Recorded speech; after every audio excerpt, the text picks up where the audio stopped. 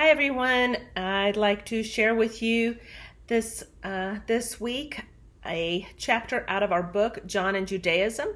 It is on page 165 in our reading. It's called the Shema and John's Gospel and Jewish Restoration Eschatology. It's by Lori Barron, and I really would love for you to read this. It's full of insights, and I'd love to know your feedback. And if you feel that there is a connection that Barron makes, or maybe you see some flaws in her perception. Now, this article gave great insight into the connection between the Shema, the law stated in Deuteronomy 6, Hear, O Israel, the Lord your God is one. And she connects the Shema through the law, the prophets, John, eschatology, and it relates to us today as well. So Lori Barron showed God's desire for his people in the world, all people, starting with the Shema. And it starts with the law. It starts in the beginning, in the Torah. And then she kind of turns it into this contingency plan that was spoken through the prophets, which then speaks of an exiled Israel and then their return to this law. So it was like God in the beginning, when he gathered Israel initially and gave them the law and gave them the Shema, now has a plan that he's, of course, had since the beginning, but he lets Israel in on through the prophets. And he talks about dispersing them and bringing them back one day. And John's gospel then picks up in this one day, this one day eschatological period. So John's looking around going, whoa, this is what the law was. And then we had the prophets who said, well, the Lord has taken us from the law, dispersed us throughout the world, but he will bring us back. And he's looking around and he's seeing firsthand this ingathering of Israel back to God through their Messiah, Yeshua. So in John 10, when John writes and refers to Jesus, or shares when Jesus spoke and referred to himself, as the Good Shepherd, it connected the listener of John's day and to us today to, for example, Ezekiel's use of false shepherds, leading sheep astray and starving them. Ezekiel prophesies that God will place one shepherd over them, referring to the Shema, Hear, Israel, the Lord your God is one. He is your shepherd in essence. So Adonai, Israel's one God, will deliver his people from destruction as a shepherd rescues his sheep. But in John 10, Jesus refers to himself as a shepherd. So God rebukes the false shepherds and leaders in Israel and Ezekiel and vows to care for his people. Jesus criticizes the Pharisees and promises to protect his sheep. So it's like he's fulfilling the prophetic word spoken by Ezekiel. And Jesus, in this role of God, the Good Shepherd, who delivered his people from the grasp of false leaders who were almost bent for the destruction of his people, Jesus is now relating, as we would call it today, a New Testament or a new gospel, but really he's just fulfilling what had been from the beginning.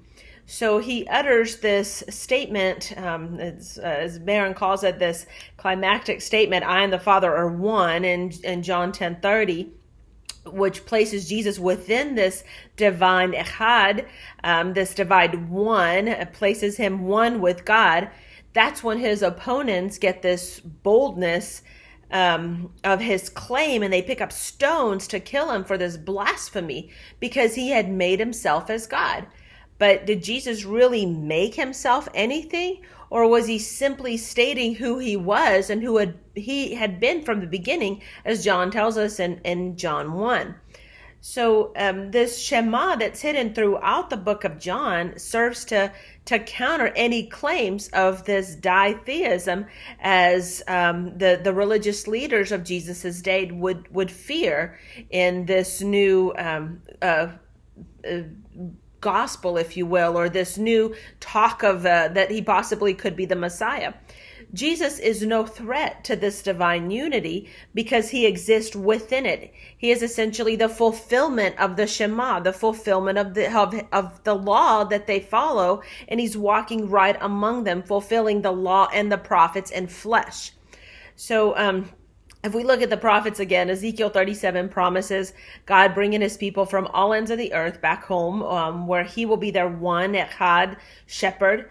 And Ezekiel promises the reuniting of the northern and the southern kingdom of Israel and Judah once again.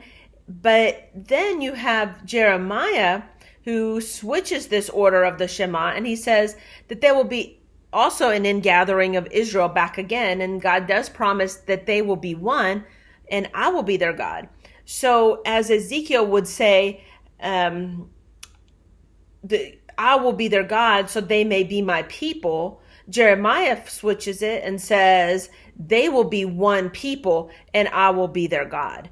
So it's a full circle of the law that the prophets are foretelling and prophesying about what is about to happen. So this restored Israel that they prophesy about will be a people with one heart. It's almost like a people's response, united response to the Shema that Deuteronomy 6 promises. As it was the case with Ezekiel, a renewed covenant is like a renewed Shema. It's like God creating a people with the free will, and that will have this natural love for him, and then others that are around them in not just the community but in the world. Israel walked away for a season, like we all have, but as Zechariah then says, there will be a restoration of Israel. So the new covenant is a renewed Shema where all Israel will be one, and God will be their one God.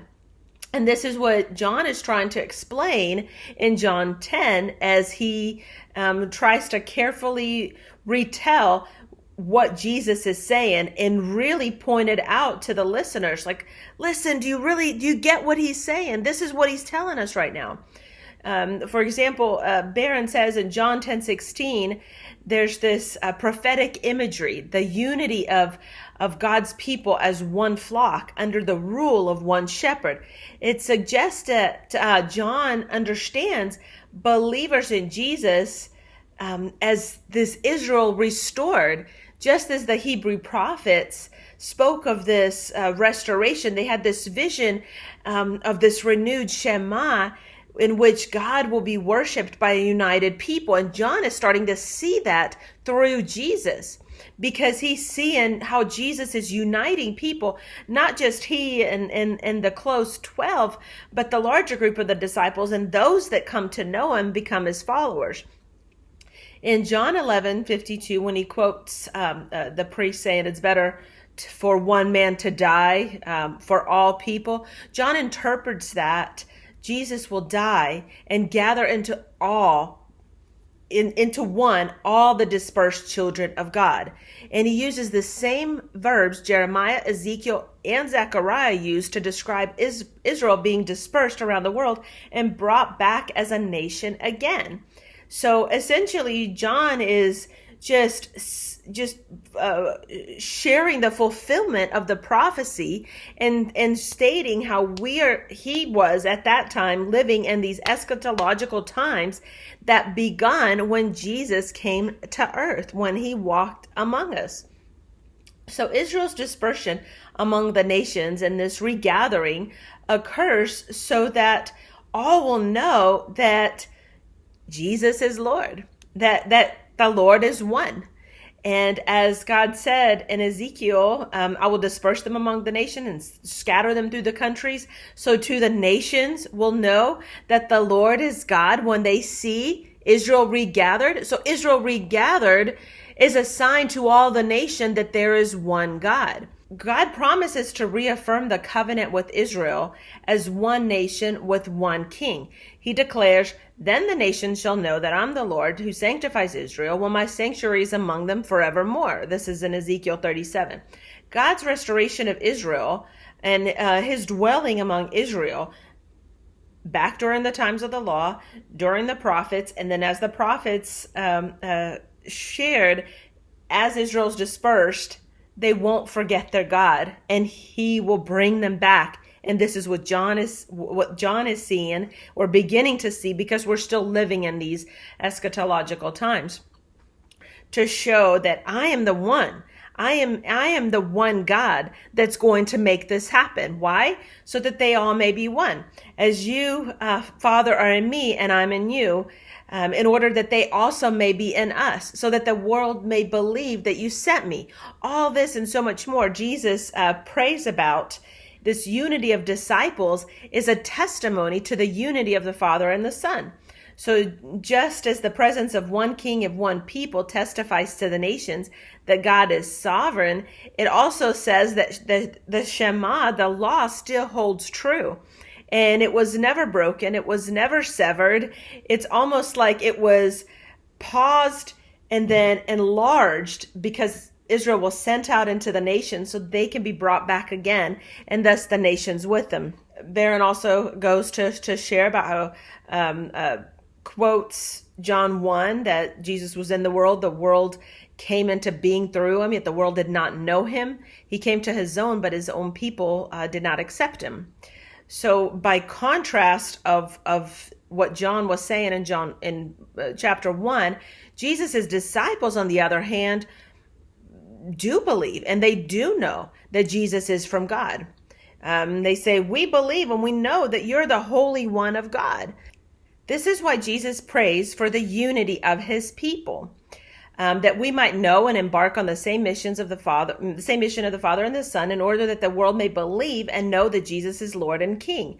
So first, the Jewish and later Gentile followers of Jesus represented this hoped for messianic unity, while the non-believing Jews were excluded from that unity. So it wasn't ever a division between Jews and Gentiles, but Jesus, the Word, was the dividing sword that cut through his own people first, and then the nations.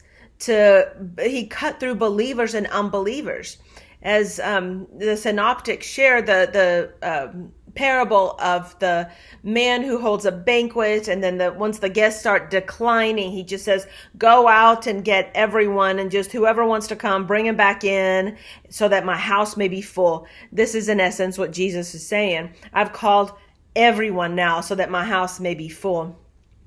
Barron says, though, that John gets to have the last word, because some Jewish authorities may have expelled Jesus' believers from their midst. But now it's almost like the believers are saying, hi, now you're the outsiders to this truth. And the first century Jewish believers might have thought that this was actually a win for them. But then we see, as history tells, that shortly after, the church is largely comprised of Gentiles. And then this expulsion of the Jewish people actually becomes, as Barron says, a powerful weapon that the church places itself against this Jewish minority. But it was never against a Jewish exclusion. So this article is a great insight between the Shema, the law, the prophets, John, how he brings it all together and starts this eschatological time that we're still living in today. The eschatological time clock of the return of our Savior began during John's day and is being fulfilled ever since, even now as we live and breathe today, until the fullness of the Gentiles comes in and all Israel will be saved. So please let's engage during this week, and I'd love to know what you think about this. Again, I thought it was great insight. I just wanted to share it all with you so that we can discuss it further, and you can share any thoughts that you have on this. God bless. Bye.